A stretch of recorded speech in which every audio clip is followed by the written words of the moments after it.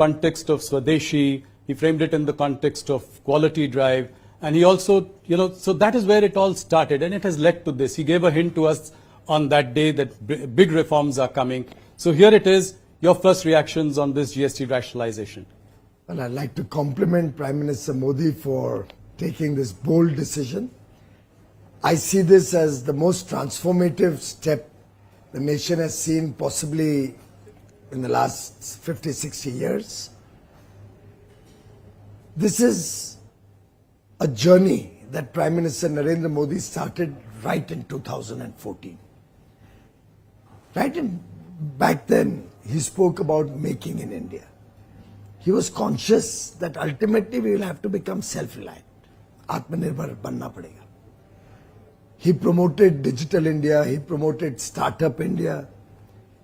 Swachhata was at the core of his working. Yes. He started the concept of trusting the people of India. Remember, one of the first decisions was you don't need to notarize a document. Right. It was crazy. A Xerox copy needed a notary and you spend money, go and sit before and plead with somebody. For him, ease of doing business is the pathway to a developed economy, and ease of living is a commitment to the people of India to ensure wider prosperity and inclusive growth. And these decisions yesterday have happened over a sustained 11-year journey of taking a broken, fragile 5 economy to become the top 5 economy of the world, soon to become the 3rd largest by 2027. An economy that was low on growth, high on inflation, an economy that was starved of foreign exchange, with a completely broken banking system, an economy where there was no hope, investments were falling, right. Our passport had no respect anywhere in the world. Inheriting that from the Congress, Prime Minister Modi, brick by brick, step by step, brought reforms, brought changes, showed that he trusted the people of India, focused on better quality of life for the poorest of the poor, through various initiatives, brought social security into their lives, got 25 crore people out of poverty, faced the crisis of COVID admirably, without letting the economy collapse as happened in many other developed nations.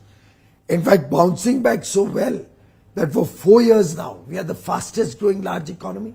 Last quarter was 7.8% growth, yes, with only 1.55% inflation. Who could have imagined, if you look back at 2014, Rahulji, yes, that in a decade, this country will transform so rapidly, right, so beautifully, and a foundation will be created on which a $4 trillion economy aims to become a $30 trillion economy by 2047. That, I think, is Prime Minister Narendra Modi's very astute handling of the economy, and this transformative steps that he had alluded to in his 15th August address, of course, is a labor of love. It's happened over many months of hard work. yes, The Finance Ministry, Nirmala ji, the groups of ministers from the states, absolutely, the groups of secretaries, all working, recognizing that now compensation cess will no more be required. We got the elbow room to be able to give this huge bonanza, right, and give our consumers the opportunity to spend more and give a boost to the Indian economy. So we'll discuss all these points one by one, but first let's stay with GST for a moment. How do you think there was also, income tax cuts, for the bonanza for the middle class in the last budget, followed by now rationalization of GST, a long-standing demand. Like you said, it's taken months of, work on it. Are you sure that this is, how confident are you that this is going to spur demand, spur consumption, and also eventually investment? It's very logical, Rahulji. Take, for example, the reduction in cement from 28% to 18%. Yes. It suddenly brings down the cost of real estate and building a home. Prime Minister Modi has already provided a free home to 4 crore brothers and sisters, families in the country, another 2 crores more in the coming 4 years, 4-5 years. A reduction in cement price also helps the middle class now get the ability to own an affordable home. When you reduce the price for tractors, tractor parts, all other farm equipment, you are helping the farmer modernize, helping him improve his productivity. Right. When you make the two-wheeler cheaper or a small car cheaper of 1200 cc, the aspirational middle class, the young man and woman who wants to have a two-wheeler, gets encouraged and is able to afford to buy a two-wheeler, with interest rates also simultaneously coming down, yes, thanks to low inflation and loans becoming cheaper and easily available, right, in a strong banking system that we have today, not what we had in 2014. When the housewife goes out into the market, almost every product of daily use, all food products, all processed goods, foods, all material that is required for her kitchen, foodstuffs, utensils, everything will see a transformational reduction in prices. And industry has committed to us that they will make sure that the full benefit is net of input taxes is passed on to the consumers. So consumers are in for significant gain, and I'm very, very confident. And how are you sure of that? How will you ensure that the industry There has are passed? enough tools. There have been cases of profiteering in the past. So. Few and far between. Otherwise, our experience is you can trust industry. Okay. Prime Minister Modi's biggest strength has been that he has trusted industry and they've never let him down. Similarly, the people of India have trusted Prime Minister Narendra Modi and we have never let them down. So I think it's a two-way trust. Industry has, across the country, every sector, assured the government that they will be with the government. They recognize lower taxes, lower prices will give buoyancy to demand, and higher demand leads to higher taxes, and ultimately higher demand also promotes more investment because the demand leads to more manufacturing in India. So it's a virtuous cycle of growth, and the multiplier impact is what will give India a big boost. Okay. Let us also talk a little bit about the revenue implication or the revenue impact that this might have. You know, by one estimate, about 48,000 crore would be the revenue impact. Do you see that, you know, we will be able to take care of this, and, you know, any kind of fiscal slip that you see, you know, going forward?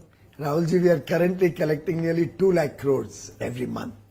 And with this boost in demand, the revenue will probably go up rather than being a revenue So loss. you're expecting some amount of revenue buoyancy as a result of this? So it is always so. And I think that every theory, right, economic theory suggests that.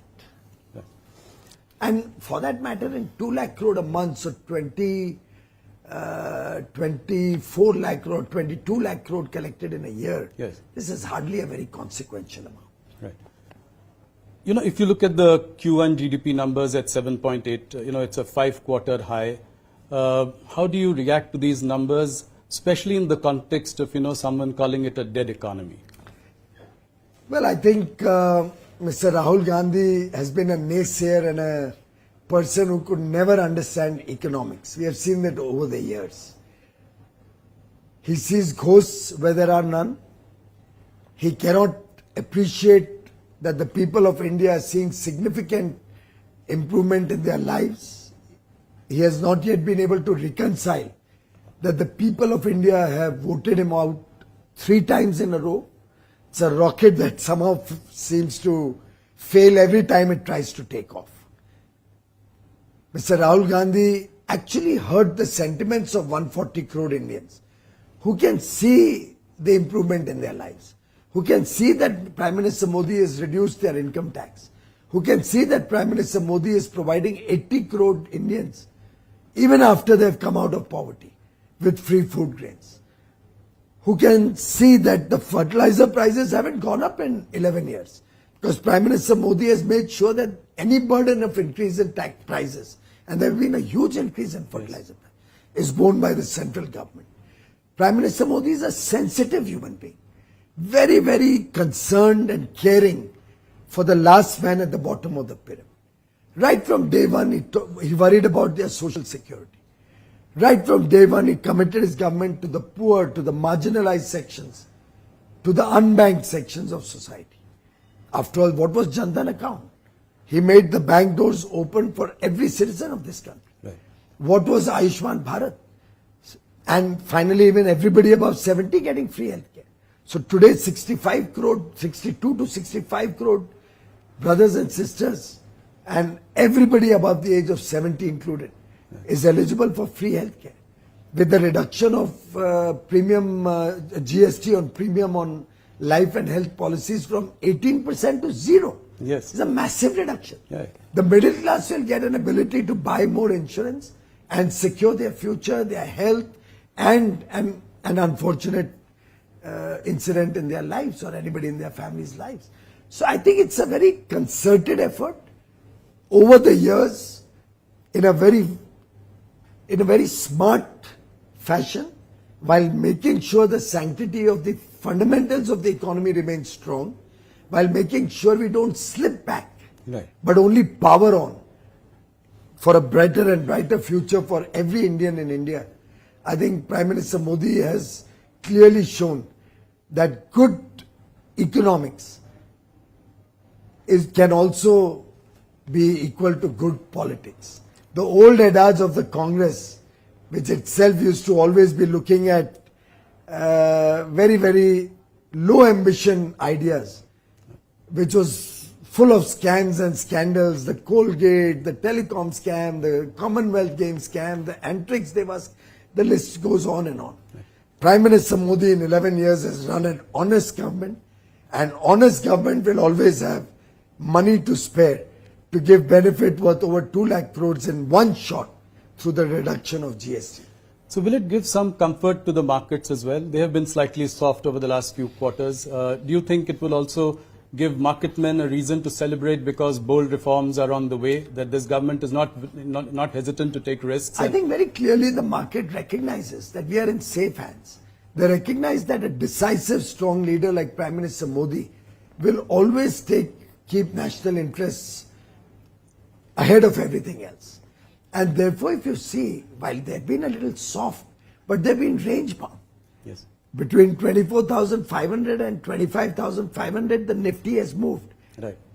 But I'm very confident that this and the impact of this starting on the first day of Navratri on 22nd September will give a big leg up to the economy, to GDP growth, will ensure that Indian investments continue to power on, will attract more people to set up base, because ultimately when there's demand, Yes. there will be interest in investment to meet that demand.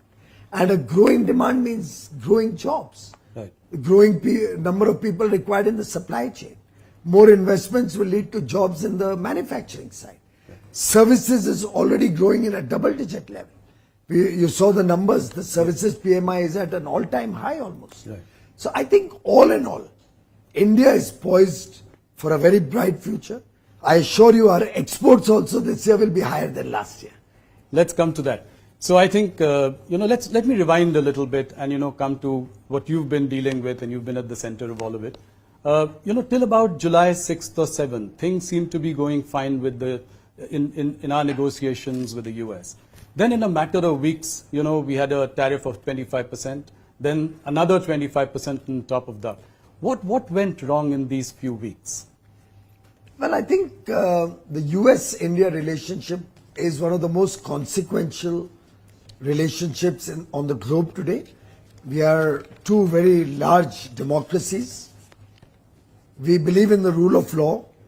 We are allies and friends for long. We have had certain blips, like we had the sanctions post the nuclear tests in 1998. Yes. I look at this only as one more situation which will pass as there's a deeper understanding of the reality of the situation. And I'm very confident this relationship will only strengthen in the years to come.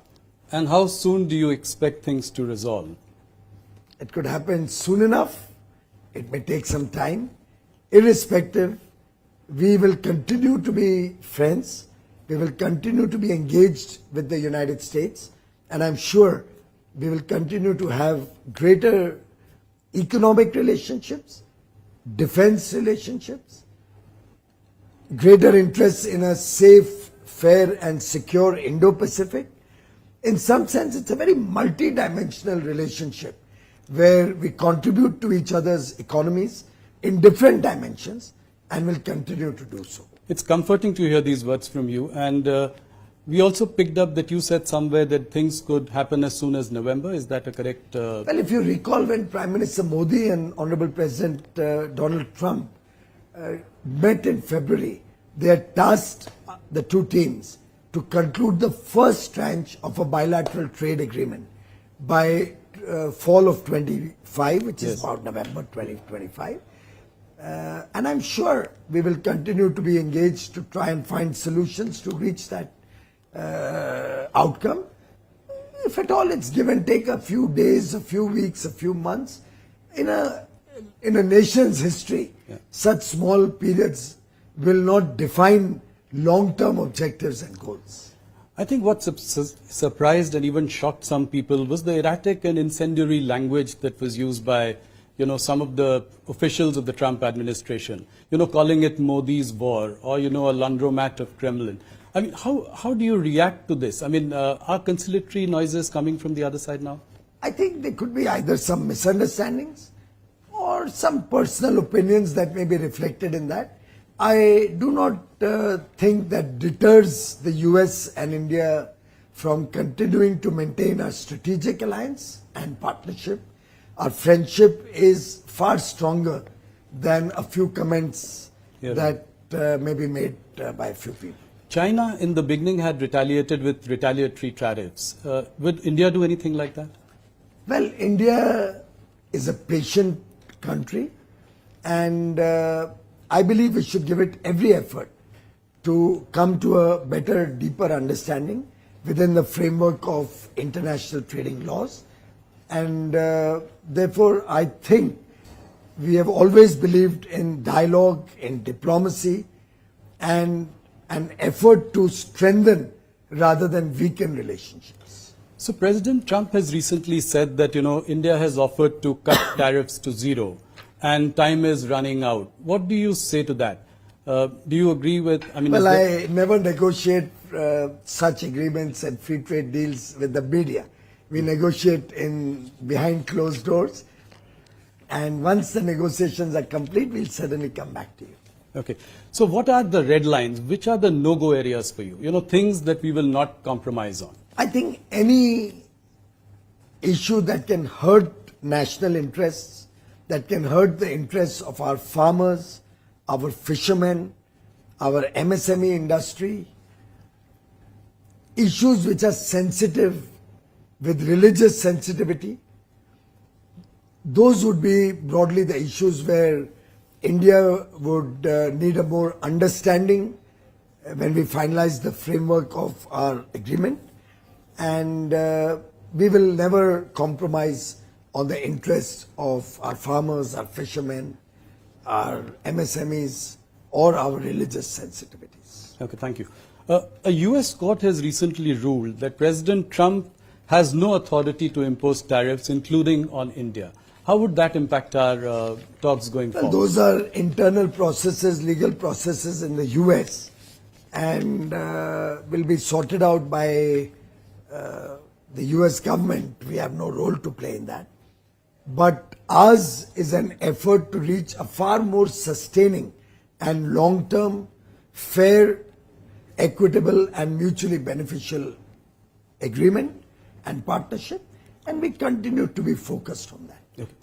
Piyush, let's move to some of your priority areas. Take us through your thinking, some of the things that you are doing. For instance, the Jan Vishwas bill. Can you throw some light on that? What is priority for you and the government at the moment? Rahulji, the Honorable Prime Minister from day one has been focused on making the life of businesses and common people simpler and easier. If you recall, a simple thing like notarizing a Xerox copy. He removed the need to go to a notary and get a stamp and a signature and pay him 25 rupees to get that certificate. I don't know what that achieved. Prime Minister Modi just did away with it. He said, I trust my people. If they're signing that this is a true copy of the original, I trust them.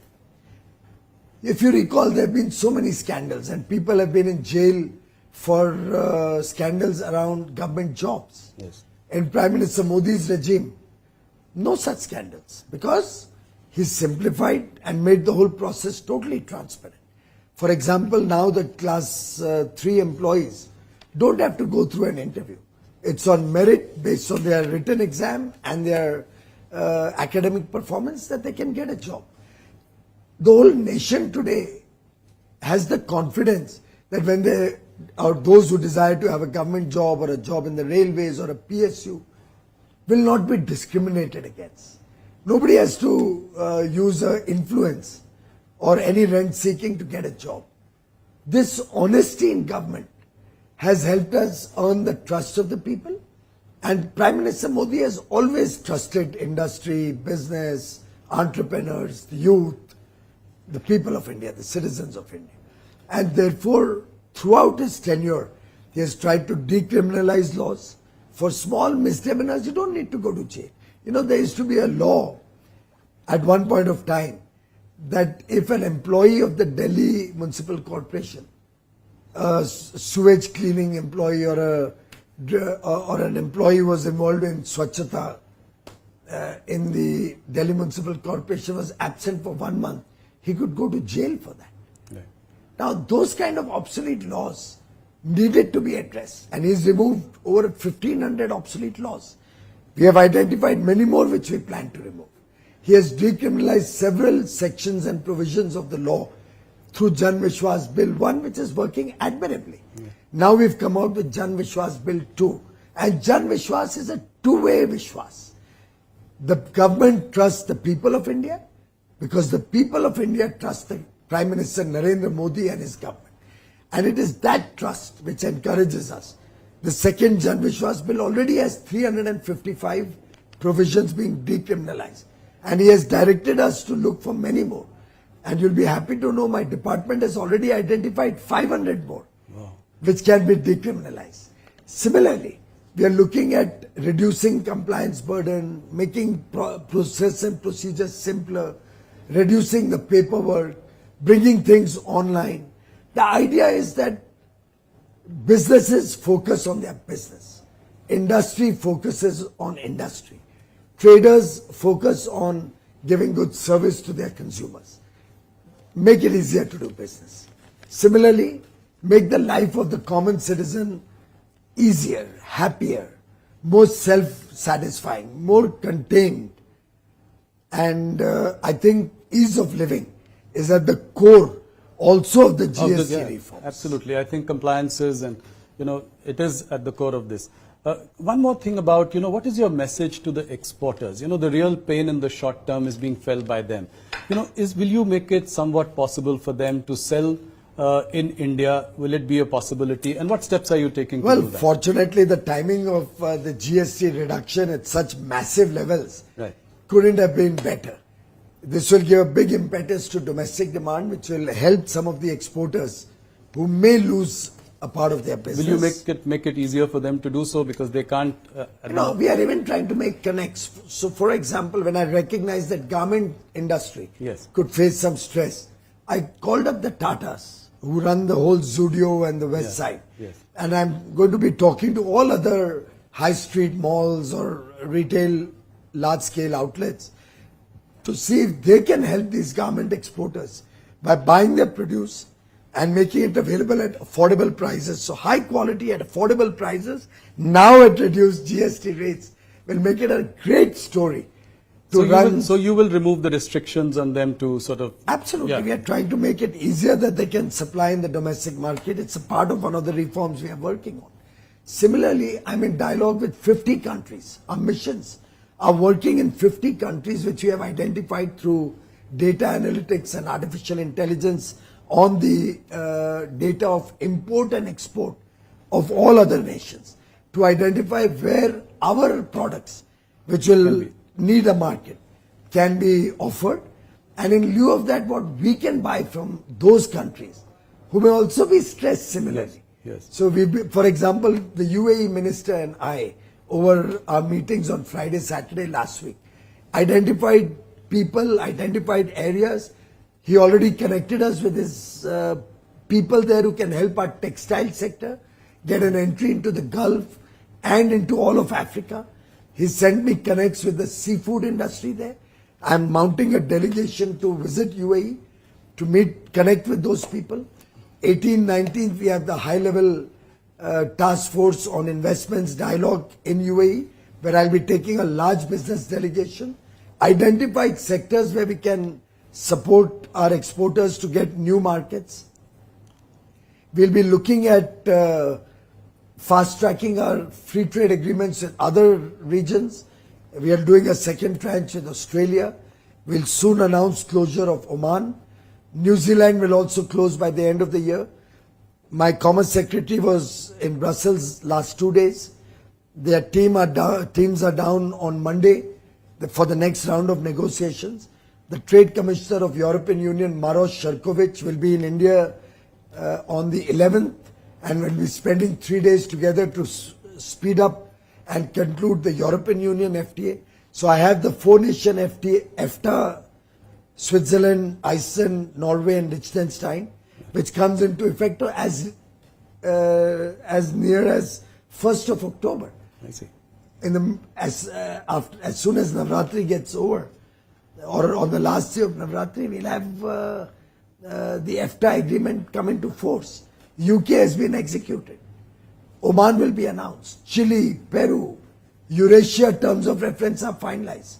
By 4th or 5th of October or 6th of October, I'm in Qatar to finalize terms of reference with Qatar. The Prime Minister of Singapore is in India today. Yes, I believe you had lunch with him. We had lunch and we had extensive discussions with their teams to see what we can do. And they've already committed to take in more chicken and eggs and poultry. Okay. I talked to them about seafood and they said, we love the taste of Indian fish and Indian shrimp. Oh. So I've told them to my High Commissioner who returns tomorrow to put together a group of seafood importers, and I'll mount a delegation to Singapore very soon. Similarly, Latin America, huge potential for our exporters. So sky is the limit. This will help us expand, and as I said earlier, exports this year will be higher than last year. How do you say that? You know, the various estimates that exports are $90 billion and they'd probably come down to $50 billion. We in fact informally chatted about it. So how much have we achieved so far, and then what is the target? You know, sometimes I wonder at all these so-called experts and economists, friends from the media, coming up with such calculations, which I would say would have otherwise been ridiculed as elementary mistakes. You know, that famous elementary, yes, my dear Watson. Yes. This is that moment. We've already had 5 years figures in our hand, right, from April to August. Right. Even to the United States, our exports have already crossed 40 or $43 billion. Already crossed. Okay. Which was 86 last year. And we still have 7 months to go. The reciprocal tariffs are not across the board. Right. They're on about 55 or 60% of the, yes, exports. Similarly, newer trading arrangements are coming into play. Newer markets are opening up. The actions on tariff are on many other countries. So which opens up opportunity for many other countries to provide us some goods that we may require in return for taking from us the goods that they require. Right. So that is what I alluded to. Yes. That we are looking at 50 nations and where we have trade complementarity. So services exports continues to grow across the world. The US is a very small share of our services exports. So I think we are in a sweet spot. Tourism is growing. Yeah. International tourists are coming in large numbers. I'm very confident that our exports this year will be more than last year. You make a very big point here. Any impact on GDP, Piyushji? By various estimates, people are again saying 10 basis points to about 100 basis points could be the impact on GDP. Well, anybody who said 100 basis points, I think you should really Yeah, there are any bring him number of onto your reports. show and ask him to justify But that. do you think there is India is predominantly a domestic economy. Right. Our exports as a part of our overall GDP are still relatively small. Right. And our imports are much larger than our exports. Yes. So net, actually imports are deflating the Indian GDP growth. Keeping that in mind, I'll give you a comparable. COVID, we saw exports fall because of the overall world situation. Do you know, imports fell far more than exports. And we actually landed up with a trade surplus during COVID. So Indian economy is a very complex economy. And therefore, I do not think that the impact on the GDP will be significant. Whatever little impact it could have. And drill it down. Yeah. Drill it down to the goods affected by GST. By the- yeah. Within that, you'll find gems and jewelries. $13 billion. What's the value add? Still very small. Right. And it's an area where I look for alternate markets in the Gulf, for example, in the eastern part of the world. So we'll be able to make up. Several products which will have a huge increase in demand domestically. We'll make up for that. The value add, if you see holistically on the total exports impacted by one nation's action, are not significant enough to hurt the Indian GDP story, which is the world's fastest growing large GDP. I'm very confident that collectively with the effort of 140 crore Indians now committed to go Swadeshi, now very, very charged that I will buy goods made in India. And Prime Minister Modi has very nicely defined it. Yes. He said, देश की मिट्टी में बना माल और देश के हमारे भाई बहनों के खून पसीने से बना हुआ माल. Yes. Yani goods made on Indian soil by the sweat and toil of our Indian labor, Indian workers. The ownership doesn't matter. Doesn't matter. Yeah. That's Let the definition. investment come from all over the world. Yes. As long as it adds jobs, economic activity in India, it's a made in India product. And by the way, if you see Prime Minister Modi's word, you will see in that the vision and mission of Mahatma Gandhi. Mahatma Gandhi wanted Swachhata. For years the nation yearned for that Swachhata, desired it, but never saw it. We would praise Singapore. We would praise other parts of the world, Europe, America, UAE. But nobody did anything about Swachhata till Prime Minister Modi came into government. Mahatma Gandhi's mission used to be Swachhata. Mahatma Gandhi wanted everybody to have a decent place Yes. for their daily routines. Pradhan Mantri Modi built 12 crore toilets, took a toilet to every school, every college, so that nobody has to face the indignity of going into the fields for their daily Of course. routines. No, that is a big initiative. Mahatma Gandhi always spoke about Swadeshi. Yes. He actually built the freedom movement around Swadeshi. Lokmanya Tilak was a big proponent of Swadeshi. He always wore khadi. Mahatma Gandhi ji, Sardar Vallabhbhai Patel, they all promoted khadi. After independence, the first Prime Minister to promote khadi, or rather I would say the second, after Lal Bahadur Shastri, is Prime Minister Modi. And relentlessly he has promoted khadi. Relentlessly he has been in the pursuit of Swadeshi. Absolutely. And now the nation has risen as one to promote Swadeshi. I appeal through your channel. Yes. All our Indian brothers and sisters, all viewers of Network 18, please commit yourself to Swadeshi. Please commit yourself to buying made in India goods. Whatever may have happened in the past is fine. At least in the future, let's all go for Swadeshi. That's a very passionate call for that. Just a couple of more questions. One around our newfound friend China. So Prime Minister Modi in Japan said that, China and India have to come together for a new global economic order. Can we trust China? Well, I think we've always had good relations over many years with China. Prime Minister Modi has visited China earlier. President Xi Jinping has come to India. Unfortunately, the incidents post Galwan had brought a little bit of ice to the relationship, and created a hiatus. Now that we have been largely able to resolve the issues of disagreement with China, I think it was very natural that we should also reset our ties, take them to the pre-Galwan level. And I think attending an SCO summit where many countries were all getting together had a multilateral dimension also, and a dimension of a whole grouping, because SCO is a pretty large group, just like many other groups in the world. NATO is a very large group, the OECD countries is a large group, SCO is a large group. And Prime Minister Modi attending the SCO there has signaled that we have a thaw in the to get back in the frost, get back into better relationship. India believes in good relationships with everybody in the world. Vasudhaiv Kutumbakam. Absolutely. The world is our family, is at the core of our philosophy. No, it was a huge message, Prime Minister's visit, and his coming together with Putin and Xi Jinping. In China, I would only urge you and the people of India not to look at the relationship with one country through the lens of the relationship with another country. Absolutely. Our relationships with each country stand on their own legs. Yeah.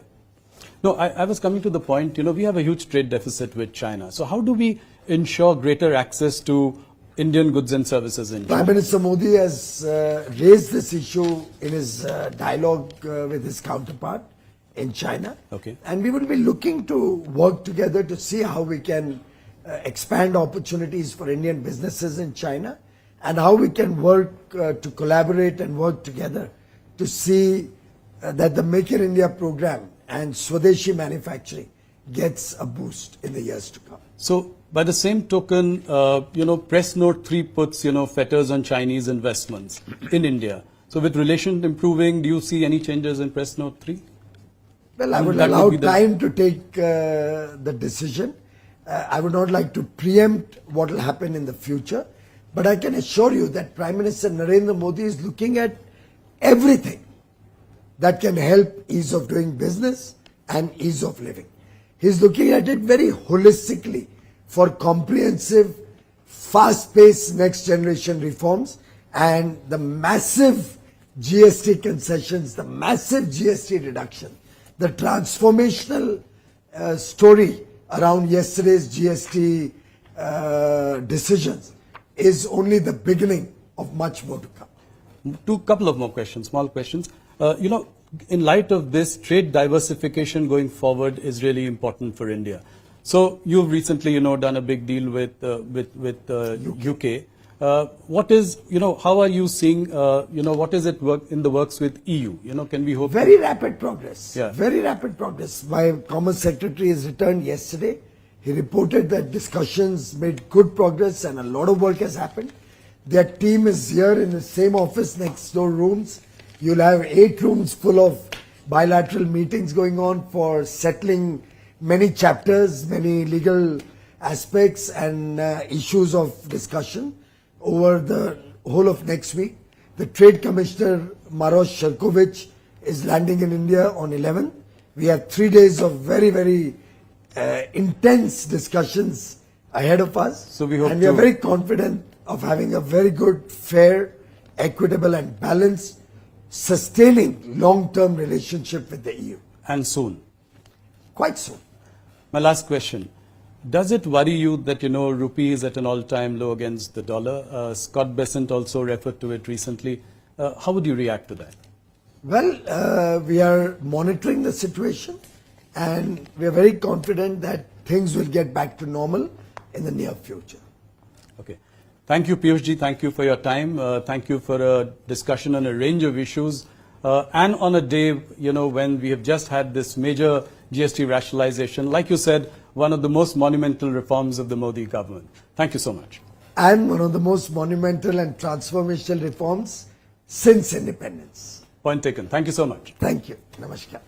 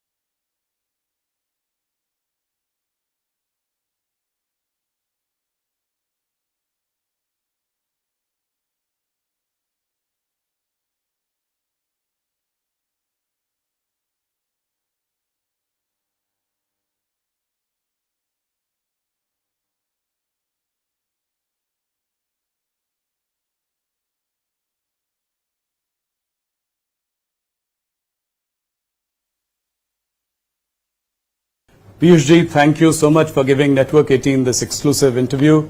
Welcome to the show. Thank you. What a day to be interviewing you. You know, historic reform in GST rationalization. You've been in the center of news for so long, so it's a great time to be interviewing you. My first question, all this started with the Prime Minister's address on the 15th of August, Independence Day, when he spoke about Atmanirbharta. He framed it in the context of Swadeshi, he framed it in the context of quality drive, and he also, so that is where it all started, and it has led to this. He gave a hint to us on that day that big reforms are coming. So here it is, your first reactions on this GST rationalization. Well, I'd like to compliment Prime Minister Modi for taking this bold decision. I see this as the most transformative step the nation has seen possibly in the last 50, 60 years. This is a journey that Prime Minister Narendra Modi started right in 2014. Back then, he spoke about making in India. He was conscious that ultimately we will have to become self-reliant. Atmanirbhar banna padega. He promoted Digital India, he promoted Startup India. Swachhata was at the core of his working. Yes. He started the concept of trusting the people of India. Remember, one of the first decisions was you don't need to notarize a document. Right. It was crazy. A Xerox copy, they did a notary and you spend money, go and sit before and plead with somebody. For him, ease of doing business is the pathway to a developed economy, and ease of living is a commitment to the people of India to ensure wider prosperity and inclusive growth. And these decisions yesterday have happened over a sustained 11-year journey of taking a broken, fragile 5 economy to become the top 5 economy of the world, soon to become the 3rd largest by 2027. An economy that was low on growth, high on inflation, an economy that was starved of foreign exchange, with a completely broken banking system, an economy where there was no hope, investments were falling, Right. Our passport had no respect anywhere in the world. Inheriting that from the Congress, Prime Minister Modi, brick by brick, step by step, brought reforms, brought changes, showed that he trusted the people of India, focused on better quality of life for the poorest of the poor, through various initiatives, brought social security into their lives, got 25 crore people out of poverty, faced the crisis of COVID admirably, without letting the economy collapse as happened in many other developed nations. In fact, bouncing back so well that for 4 years now, we are the fastest growing large economy. Last quarter was 7.8% growth, Yes. with only 1.55% inflation. Who could have imagined, if you look back at 2014, Rahulji, Yes. that in a decade, this country will transform so rapidly, Right. so beautifully, and a foundation will be created on which a $4 trillion economy aims to become a $30 trillion economy by 2047. That, I think, is Prime Minister Narendra Modi's very astute handling of the economy, and this transformative steps that he had alluded to in his 15th August address, of course, is a labor of love. It's happened over many months of hard work. Yes. The Finance Ministry, Nirmala ji, the groups of ministers from the states, Absolutely. the groups of secretaries, all working, recognizing that now compensation cess will no more be required. We got the elbow room to be able to give this huge bonanza, Right. and give our consumers the opportunity to spend more and give a boost to the Indian economy. So we'll discuss all these points one by one, but first let's stay with GST for a moment. How do you think there was also, income tax cuts, for the bonanza for the middle class in the last budget, followed by now rationalization of GST, a long-standing demand. Like you said, it's taken months of, work on it. Are you sure that this is, how confident are you that this is going to spur demand, spur consumption and also eventually investment? It's very logical, Rahulji. Take, for example, the reduction in cement from 28% to 18%. Yes. It suddenly brings down the cost of real estate and building a home. Prime Minister Modi has already provided a free home to 4 crore brothers and sisters, families in the country, another 2 crores more in the coming 4 years, 4-5 years. A reduction in cement price also helps the middle class now get the ability to own an affordable home. When you reduce the price for tractors, tractor parts, all other farm equipment, you are helping the farmer modernize, helping him improve his productivity. Right. When you make the two-wheeler cheaper or a small car cheaper of 1200 cc, the aspirational middle class, the young man and woman who wants to have a two-wheeler, gets encouraged and is able to afford to buy a two-wheeler, with interest rates also simultaneously coming down, yes, thanks to low inflation and loans becoming cheaper and easily available, right, in a strong banking system that we have today, not what we had in 2014. When the housewife goes out into the market, almost every product of daily use, all food products, all processed goods, foods, all material that is required for her kitchen, foodstuffs, utensils, everything will see a transformational reduction in prices. And industry has committed to us that they will make sure that the full benefit is net of input taxes is passed on to the consumers. So consumers are in for significant gain, and I'm very, very confident. And how are you sure of that? How will you ensure that the industry There has are passed? enough tools. There have been cases of profiteering in the past. So. Few and far between. Otherwise, our experience is you can trust industry. Okay. Prime Minister Modi's biggest strength has been that he has trusted industry and they've never let him down. Similarly, the people of India have trusted Prime Minister Narendra Modi and we have never let them down. So I think it's a two-way trust.